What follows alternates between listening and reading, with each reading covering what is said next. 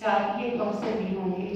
تو پیارے بچوں، جس مختلف انداز سے ہر بچہ ایسے کر رہا تھا، جب بھی ایک اسٹوڈنٹ آیا تو لگا کہ اس نے بہت اچھی بات کی، اس کے بعد اگلا، اس کے بعد اگلا، ماشاءاللہ اللہ تعالیٰ آپ کی صلاحیتوں کو مزید جلا بخشے اور آپ کو اپنے اداروں کے اندر بھی اور اپنی گھر کے اندر بھی بہترین انسان بنائے، اس لیے کہ بہترین انسان ہی نبی مہربان صلی اللہ علیہ وسلم کی حقیقی امتی ہو سکتا ہے۔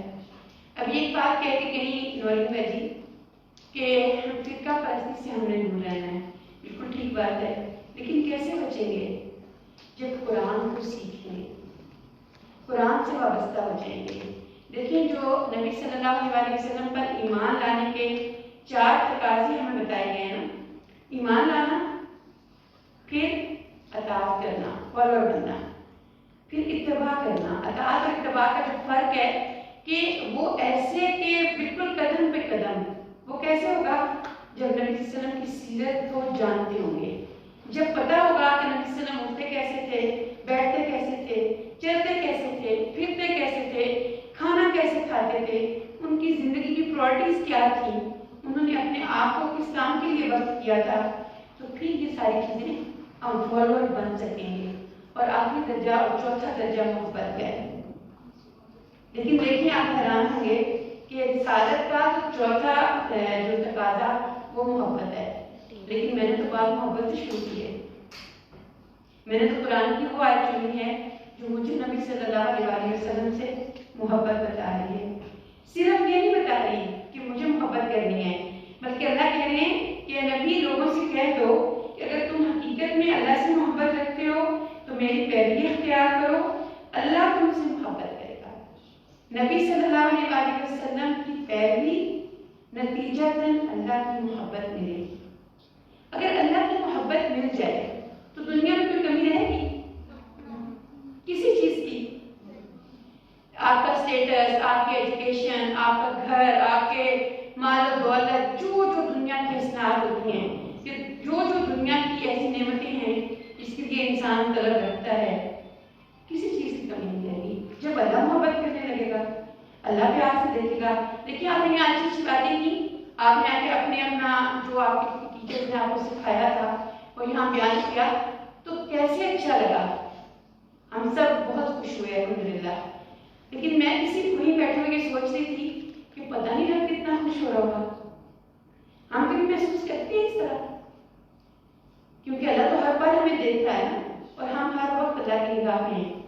جب اللہ ہمیں دیکھ رہا ہے تو کسی بھوکے کو پانی پلا دینا، اور کسی بے لباس کو لباس فراہم کر دینا، اور کسی ان پڑھ کو پڑھا دینا، اور اپنے ماں باپ کی اچھی طرح فالوور بن جانا، ان کی بات کو مان لینا، نبی صلی اللہ علیہ وسلم کی محبت کے یہ سب احکامات نبی صلی اللہ علیہ وسلم کے ہیں۔ اور جب ہم ان کی بات مانیں گے تو انشاءاللہ نتیجتاً اللہ ہم سے خوش ہوگا، اللہ کی محبت ہمیں ملتی جائے گی۔ جب اللہ محبت کرے گا تو دنیا کی ساری نعمتیں آٹومیٹکلی ملیں گی، اور اس چھوٹی سی دنیا میں رہتے رہتے وہ سب کچھ پا لیں گے جو میری اور آپ کی یہاں کی ضرورت ہے۔ پھر انشاءاللہ جب اللہ کے پاس جائیں گے تو اللہ بھی ہم سے راضی ہو جائے گا۔ اور بس مجھے زیادہ بات نہیں کرنی، لیکن ایک چھوٹی سی بات کہہ کے بات ختم کروں گی کہ جب اللہ راضی ہو جائے گا پھر کیا ملے گا؟ کبھی سوچتی ہیں؟ جنت میں کیا کیا ہوگا؟ سب کچھ ہوگا، جس کو دل چاہے گا وہ مل جائے گا۔ اچھا، اور نبی صلی اللہ علیہ وسلم کی جو ہے نا ساتھیہ کوثر والی بات، تو وہ کیسی کوثر کیسی ہے؟ کبھی ہم سوچتے ہیں؟ سوچتے ہیں کبھی اس بات کو؟ نہیں آتی، لیکن جو حدیث میں ملتا ہے کہ شہد سے زیادہ میٹھا پانی، دودھ سے زیادہ سفید، اور اس کے پینڈے میں ہیرے، اور اس کے کنارے سونے اور چاندی کے، اس سے جس کو پانی ملے گا اس کے بعد پیاس نہیں لگے گی۔ لیکن دنیا میں رہتے ہوئے کرنا کیا ہوگا؟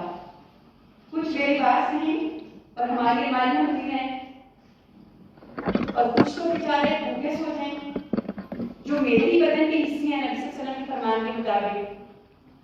اور ہم تو آج برگر کھائیں گے، آج پیزا کھائیں گے، آج یہ آئے گا، آج یہ آئے گا. ہوتا ہے ایسا؟ کبھی ہم سوچتے ہیں دور نہ جائیں گھر کی ماسی جو ہے، جو اس کے بچے ہیں، وہ بھی تو بچے ہیں نا. ہم بھی ڈیمانڈس کرتے ہیں، ہم بھی پڑھتے ہیں، ان کو بھی پڑھنا ہے. ایسا ہے؟ آپ کو کیا لگتا ہے ایسا؟ ان کی ضرورتیں ہم سے کم ہیں نا، لیکن ان ضرورتوں کو پورا کرنے کے لیے بھی ان کے پاس نہیں ہوتا. تو الحمدللہ الخدمت فاؤنڈیشن پاکستان اور الخدمت فاؤنڈیشن وومن ونگ اس کام کو کر رہی ہے. انشاءاللہ تعالیٰ ڈیٹیل سے آپ کے سامنے تفصیلات آئیں گی، اور ہم یہ چاہتے ہیں کہ آپ سب بھی ساتھی بن جائیں اور اس خیر کو پہنچانے لگیں. اس لیے کہ جو نبی صلی اللہ علیہ وسلم کی جتنی باتیں آج آپ نے کی، وہ نبیوں میں رحمت کا کب پانے والا، مراد غریبوں کی بر لانے والا، جتنی باتیں آپ سن رہے تھے، ہر جگہ محبت اور شفقت کس کی نظر آتی ہے؟ اپنے سے نیچے والے کی. اور جتنی باتیں آپ نے کی، اس میں تھوڑا سا اضافہ کروں گی کہ نبی صلی اللہ علیہ وسلم بہترین سپہ سالار، بہترین قاضی. آپ لوگوں نے دہرایا کہ اگر فاطمہ کی چوری کرتی تو اس کے ہاتھ کاٹے جاتے. اور آپ صلی اللہ علیہ وسلم نے مساوات قائم کی. یہ مساوات کیا ہوتی ہے؟ وہ اردو کا ذرا آج کل کام ہوتی جا رہی ہے، برابری. کیسے قائم کی؟ آج کے دن گھر کچھ بہت عالیشان گھروں میں رہیں گے، اور کچھ وہ بالکل ہی دبے ہوئے پھٹے پرانے بسیچڑے ہوں گے، ان کی وہ چھوٹی چھوٹی جھگیاں سے ہوں گی جس میں رہ رہے ہوں گے.